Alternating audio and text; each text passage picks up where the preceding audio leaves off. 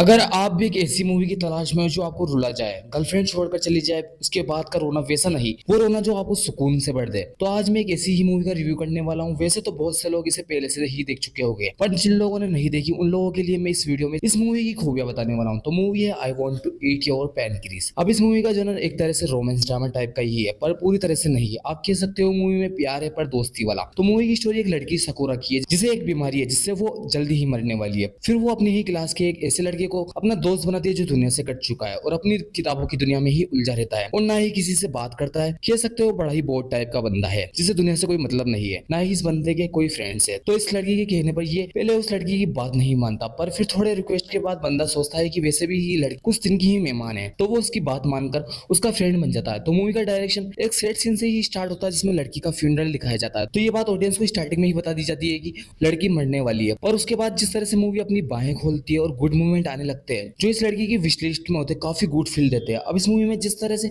एक लड़की के कैरेक्टर को लिखा गया है, तो आपको स्टार्टिंग में लगता है कि बंदी बड़ी ही बेफिक्र है, पर थोड़े टाइम में ही आप समझ जाओगे कि आखिर वो ऐसा क्यों करती है। अब इस लड़की के जरिए जो लाइफ को लेकर बातें कही गई है, सच में ऐसा लगता है कि इस बंदी को अपनी लाइफ के मायने पता चल गए। मतलब पहले भी इस टाइप की फिल्म्स आ चुकी है जिनमें लड़की या लड़का मरने वाला होता है, फिर वो अपनी जिंदगी को खुलकर जीता है, पर इस मूवी में इससे बेहतरीन मुझे किसी मूवी में नहीं लगा। आप देखोगे तो आप भी समझ जाओगे कि किस तरह से इस लड़की को अपनी जिंदगी की अहमियत पता चल जाती है, जिसमें उसको पता होता है कि मरने वाली हो और आपको भी इसका पता होता है, पर वो दर्द के बाद भी वो जीना सीख जाती है। अब इस मूवी में आपको बहुत अच्छे अच्छे पीसफुल मूवमेंट देखने को मिलते हैं, पर जिस तरह से इस लड़की की जिंदगी को लेकर सोच होती है वो देखने में काफी अच्छा महसूस होता है। अब एक कहावत थी कि जिसके पास कुछ नहीं होता उसको ही उसकी असली अहमियत पता रहती है, तो इस मूवी में ये इस हद तक आपको लगने वाला है। अब इस मूवी में एक मूवमेंट ऐसा आता है जिसमें मेरे पैरों के नीचे से जमीन खिसक गई, या आप कह सकते हो जैसे किसी ने मेरे दिल में एकदम से खंजर घोंप डाला हो। मतलब इतना शॉकिंग मूवमेंट था जो आपको मूवी के लास्ट तक डिस्टर्ब रखने वाला है और शायद बहुत टाइम तक आपको याद रहने वाला है। अब इस मूवी के क्लाइमेक्स को जिस तरह से मोड़ा गया है, बहुत से लोग इसको एक्सपेक्ट नहीं करेंगे। मूवी अपनी इस बात पर भी ध्यान देगी, पर भाई